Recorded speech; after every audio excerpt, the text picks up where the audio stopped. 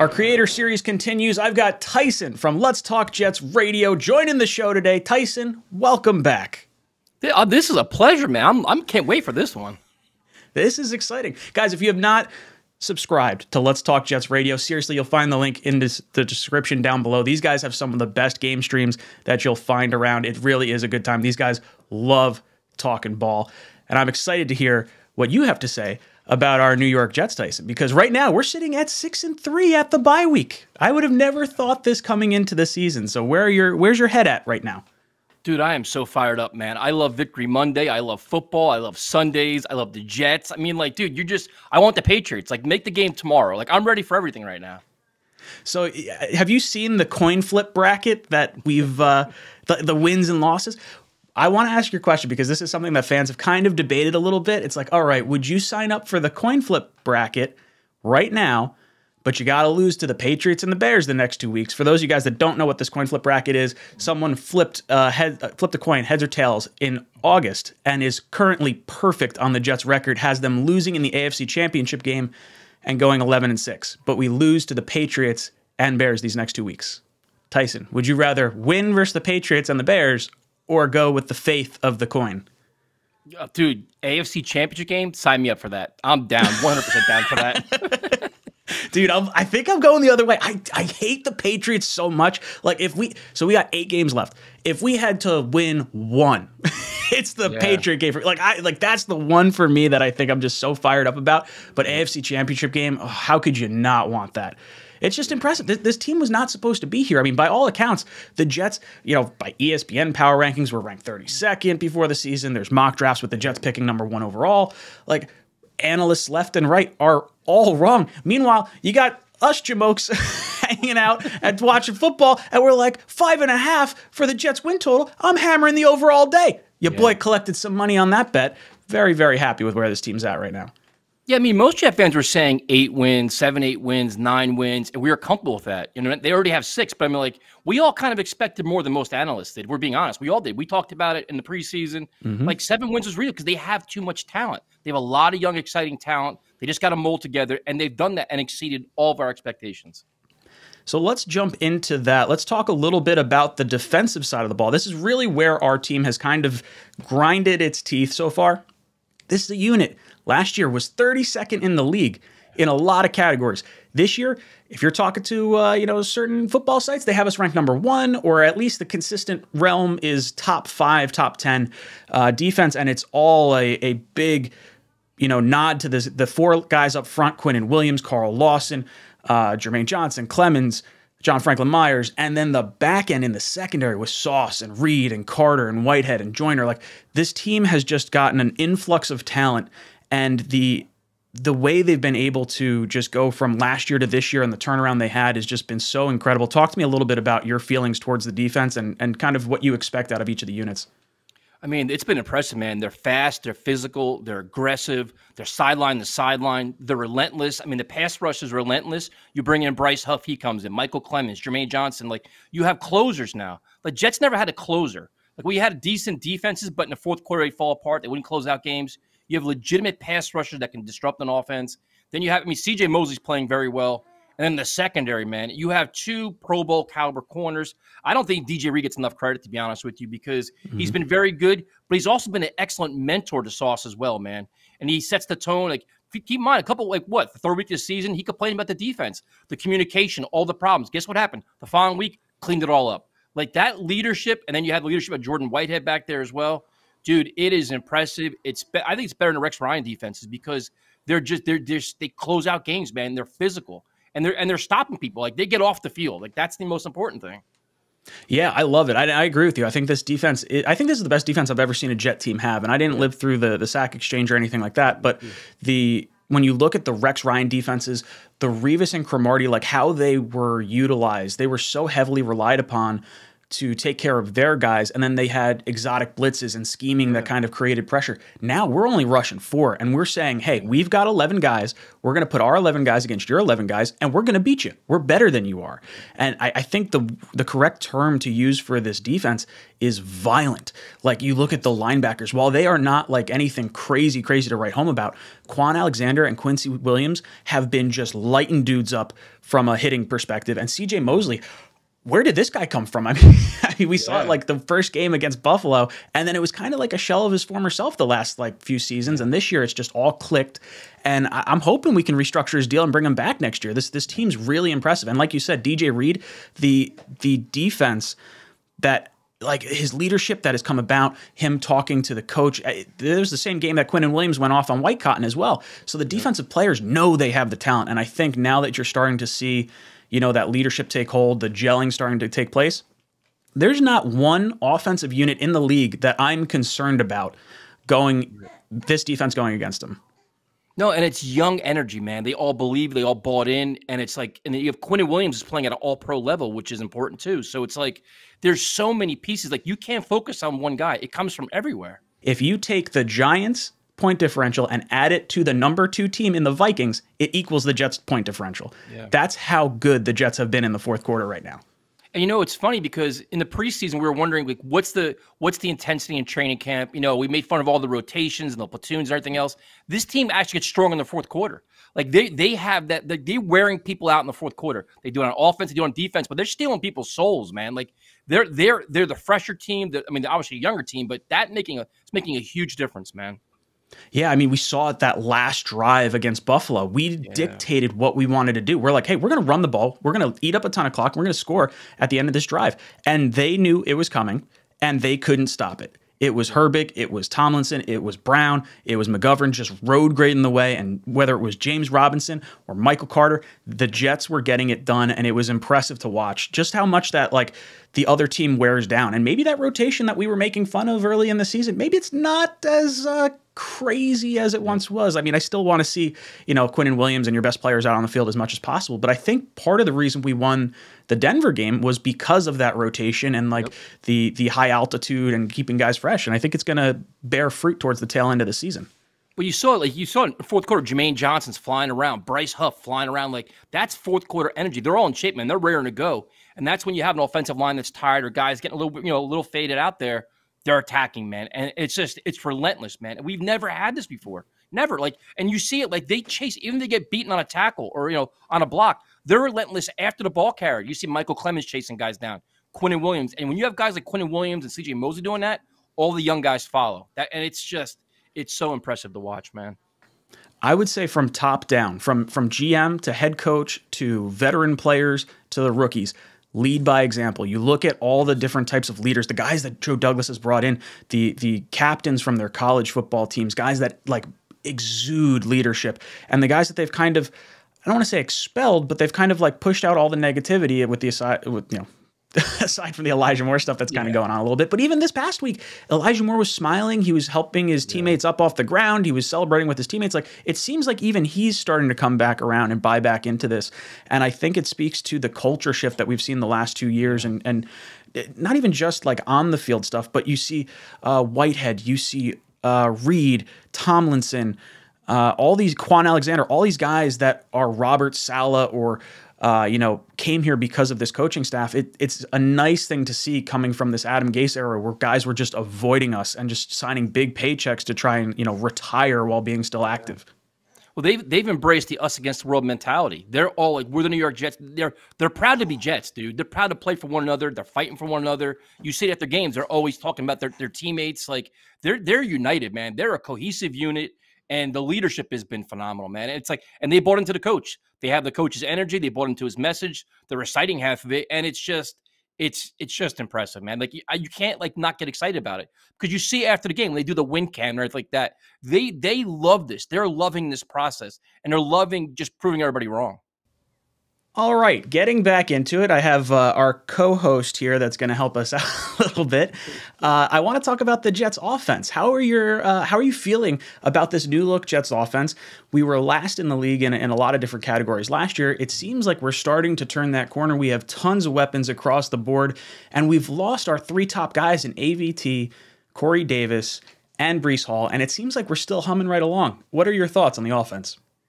I've been actually impressed that they finally have an identity now. You know what they want to be. They want to be a ground and pound team, and you sprinkle in the intermediate passing game, kind of let Zach manage it. But your focus is offensive line, feature the running backs, and then get Garrett Wilson involved in the tight ends. But last week against the Bills was impressive, man. That fourth quarter drive, which we talked about earlier, was like it was smash mouth football, and we're gonna keep calling it until you stop it. I absolutely love that. I love the fact that it was a really easy offense to figure out, man. Just, quick reads, get the ball in his hands, let your playmakers make plays, and they all flourish, man. It's exciting. Yeah, I was looking at the average snap to throw. I think 𝐒𝐮𝐬𝐜𝐫𝐢𝐻𝐿 tweeted it out, and it was something like on average, Zach was at a 3.2 second snap to throw, and this past week was a 2.3 second, which is almost a second faster. I mean, you think of allowing these edge rushers in the NFL an extra second to get after your quarterback. You eliminate that. You drop down to 2 sacks this week, one of which was like kind of a planned sack, if you will. Yeah, it was that last one towards the end of the game where Zach just dropped to the ground, so that way we can kick the field goal to go up by 3. So I really like what this offensive line is doing with, what are we on? Left tackle, or not left tackle, but, offensive tackle 3 or 4 at this point. Yep.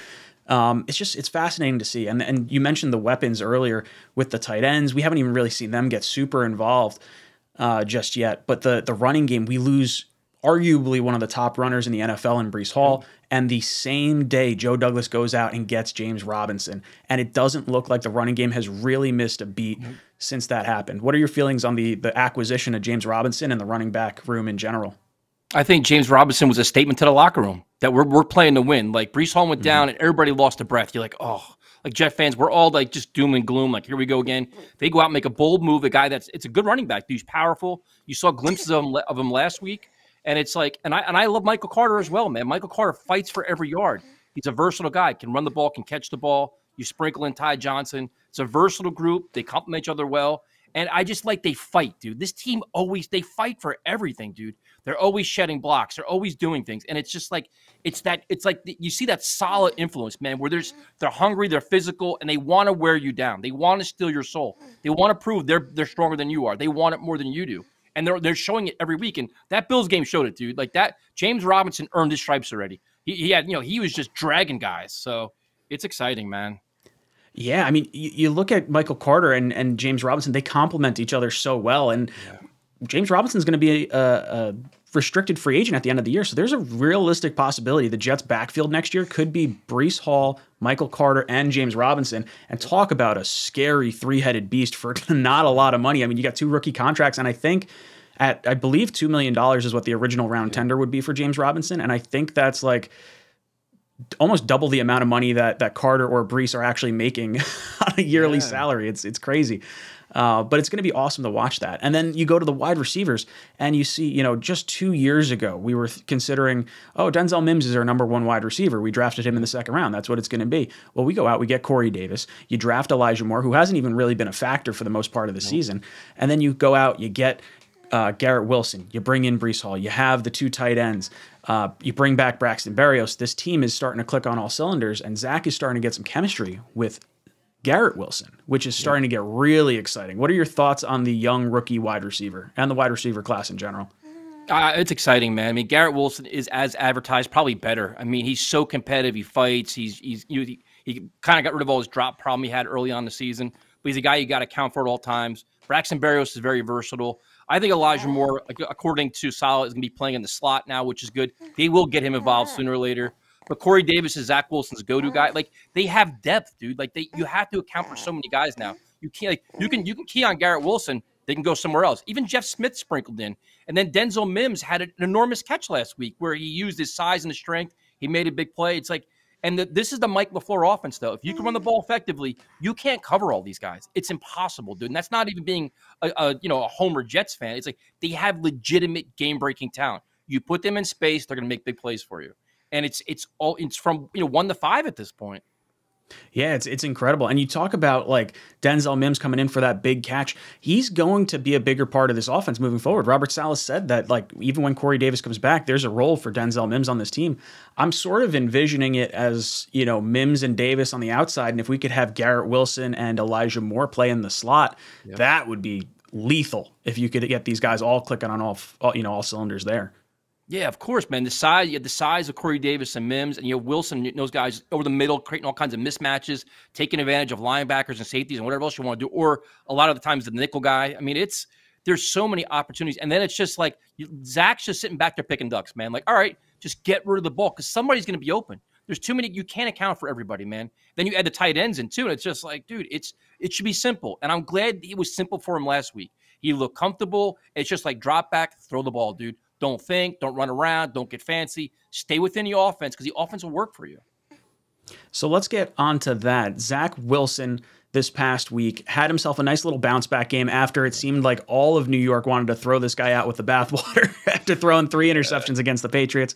So I like seeing the bounce back game. And it's weird calling it a bounce back game considering he had 355 yards and 2 touchdowns just last week. And this past week, he had 155 yards and, 1 touchdown. And it's like, well, which one would you prefer? I prefer on the box score to have that W next to our name instead of the loss. And I think Zach Wilson, he can play within the offense. Robert Saleh said it. Boring is okay.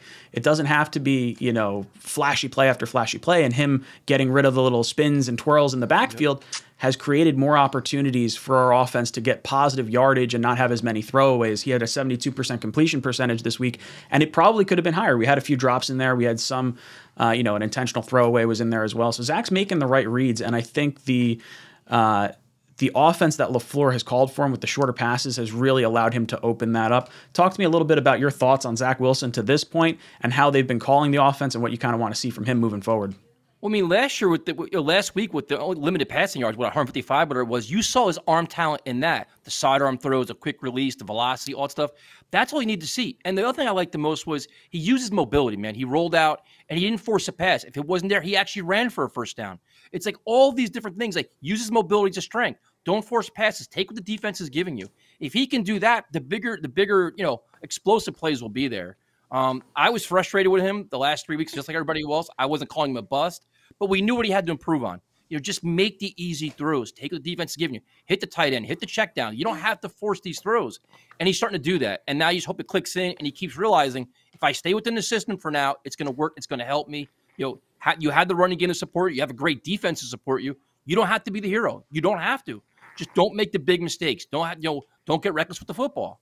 So last week was probably the most encouraged I've been since he's been here. Like that was, obviously the Pittsburgh game, the comeback was awesome, but last week was a 4-quarter game where you saw a lot of good things throughout, and he's earning a lot of respect from his teammates too. They're buying in, like, all right, this kid can get us in and out of huddle. He can do it. He's checking down. He's figuring it out. And it's like even after the game, they're complimenting him, like, our guy's a dog. It's progress, man. That's all you could ask for is you want to see progress week in and week out. So the end of the year, we say, you know what? We have our quarterback. It's not going to be perfect. It's not always going to be pretty. But we saw enough to say, you know what? This kid's the guy. It's just going to take a little more time. Yeah, I absolutely love it. And I think you hit on a key point, too. Using his legs, the ability for him to really just get 1 or 2 first downs a game that keeps drives going. We saw on the long drive to start the second half, Zach Wilson scampered for like a 10-yard rush. And then we, ultimately, unfortunately, had that 12-minute delay of camera incident with the sky cam, and then it just flips and the Jets wind up fumbling the ball. They have a pre-snap penalty. There's like all this chaos that ensues right after we come back after the delay. So the Jets could have scored points on that scamper that he had, that drive. And then after Sauce gets the interception, Zach Wilson has a critical 3rd down rush where we get the first down. The very next play, it goes to James Robinson and we score a touchdown. So his legs are a huge part of his game that we can emphasize and really, give defenses a lot of stuff to think about. Yeah, and I like when they roll him out to the right and he has options. He could pitch to the guy in front of him. He could throw it or he could run himself. Like, defense is going to be sitting there waiting. The safety is going to be waiting. The linebacker's going to wait. But you don't know what he's going to do. And it makes him more comfortable too. Like once he gets in rhythm and gets a little more confident, the ball just flies out, man. He'll run the offense even smoother. So I really liked the play calling last week. I liked the way he played. It's the most encouraging part of the whole game. I think it was just because now you're like, all right, this kid's getting it finally. So moving on from that, I want to round out this with our expectations after the bye. Right now, the Jets have 8 games left. You got 3 divisional opponents, all away games. You have the Vikings, the Lions, the Bears, the Seahawks. I'm missing one, I think, in there. What am I missing? Vikings, Seahawks. Bears, Jaguars. You got Bears. I'm missing one. There's 8 games, whatever the other 8 games are. You know what it is. But let's go through it. What do you think? How does this kind of break down? The way I've sort of looked at it, I think, is almost in 2 sets of 4. I look at the Patriots, I look at the Bears, the Lions, and the Jaguars. That 4-game set. And I say, okay, we got to go 3-1 with these 4 opponents. And then I look at the other 4, and it's, the Bills, the Dolphins, the Seahawks, and the Vikings. And we got to go 2-2 over that stretch. And now with Josh Allen possibly missing some time with this UCL injury, I mean, there's a real possibility that Buffalo game becomes a very winnable game for the New York Jets in Buffalo. What are your expectations going into these last 8 games, and how do you feel the Jets kind of have to perform to make it into the playoffs? To be honest with you, I think that Patriot game is huge, man. I think it's huge coming off the bye there, but you want to get, it's like for you looking at tiebreakers and wild card and everything like that, that's an enormous game. It could also be enormous. It could be big for the division too, depending what happens with the Bills. So I think the Patriot game is enormous. I think you've got to get 10 wins. I think that's the goal for the Jets. I think it's reasonable. And I hate discounting teams. Like everybody's like, the Lions suck, the Bears suck. I mean, you could see any given Sunday, Justin Fields gets hot, you're chasing your tail, you lose that game. So you want to see them stay consistent. This defense can carry them. But I think 10 wins is reasonable. It's not, it's not outlandish at this point. You're saying just go 4-4. I mean, it's not like that's 500 football. And I think they're good enough to do that. And I think with this defense, it'll keep you in any game. And I have a funny feeling that game to end the season in Miami is going to be monumental, man. That is going to be for some kind of big time seeding, could be a home playoff game, or it's going to be, I think it's going to be a really, really important game though. I noticed you said it could be for a home playoff game. Are you insinuating the Jets might have a shot at the division here? You never know, man. I mean, the Josh Allen thing makes things very interesting. But I think you've got to win that Patriot game, man. That's the first step. And then if you can win the games you're supposed to win, like Jaguars on a Thursday night, that crowd should be insane. That's a game you should win. The Lions, I mean, whatever. But like these are games that if you handle your business the right way, you could be in the hunt for everything. And I'm not discounting the Dolphins too. They're a very good team, but I think the Jets, you kind of have some confidence right now. Yeah, absolutely. And I think you're right. The Patriot game is where this all kind of starts. You got to get that monkey off your back. We just lost them 2 weeks ago. The Jets were the better team in that game. We just lost because our quarterback was young and made bad mistakes. So hopefully we can get into this game and really give them the business. I look at the back half of the schedule and where we were at the beginning of the season thinking like, oh man, the beginning part of the schedule is really the rough part. And then you look at the quarterbacks we faced and like where these teams wind up shaking out. Like Green Bay's not the team that we kind of thought they were going to be. Denver's not really the team we thought they were going to be. What's up, kid? Yeah. Not agreeing with you. No, this is ridiculous, Dad. They're way better than that. But yeah, no, I think the season is, or the schedule at least, has gone drastically different than where we were kind of expecting. You're talking about the, yeah? You got something to say? I actually think the Seahawks are good. Yeah, Geno Smith should be our quarterback. No, I look at the back half of the schedule, and I almost think that the back half of the schedule is harder now than the beginning part. What are your thoughts on that? 100%, man. I mean, that Seahawks game, Jets always struggle on the West Coast, but the Seahawks are good. They're physical. They're playing good football. The Vikings in Minnesota is going to be very, very tough. That game will probably be a night game, I'm guessing. They'll probably make that the 8 o'clock game on a Sunday night. But those are 2 very, very difficult games, man. It's not as easy as people think it is. And the Bears, I mean, they're a team on the rise. It's going to be challenging. It's not going to be like, like we had somebody calling our show last night. Jets are getting 12 wins. I'm like, come on, man. Like let's just keep it to because you got to recognize that, you're going to face a lot of different opponents, and it's not going to be easy. Yeah, for sure. Any given Sunday, I think that's an important thing to keep in mind, especially when you go up against teams like the Bears, like the Lions, like the Jaguars. Yep. You don't want to be, coming off a crazy emotional high against the Patriots if you wind up winning that game and then come out flat the next 2. So I think you're absolutely right. If you had to give a record prediction, where do you think we end up? What's the the record? I think the Jet home games are going to be like a big party, man. I think the crowd is going to be wild. I think they're going to just go. I think they're going to have a true home field advantage for the first time in a while at MetLife, just due to the fans are so amped up. So I'm really hoping they get that Patriot game. If they get the Patriot game, I'm thinking 10 wins, dude. I think 10 wins will get you where you want to be, and I think they can do it. I think it's feasible. I hope so as well. Tyson, I'm starting to get a little bit of a cranky baby over here. So thank you so much for spending some time with me. Let everyone know where they can find you and what you got going on. Well, first of all, thank you for having me on, man. It's always fun. We had talked for hours, I think, at this point. But oh yeah, just Let's Talk Jets Radio on YouTube. We're uncensored. We're crazy. We have a lot of fun. So that's pretty much it, man. I love it. Tyson, thank you so much for coming on. Guys, make sure you check out Tyson. Let's Talk Jets Radio. Link's going to be down in the description down below. Make sure you sub him up. Let's go, Jets. We're reaching the playoffs. I can feel it happening. It's been a lot of fun. And as always, go Jets.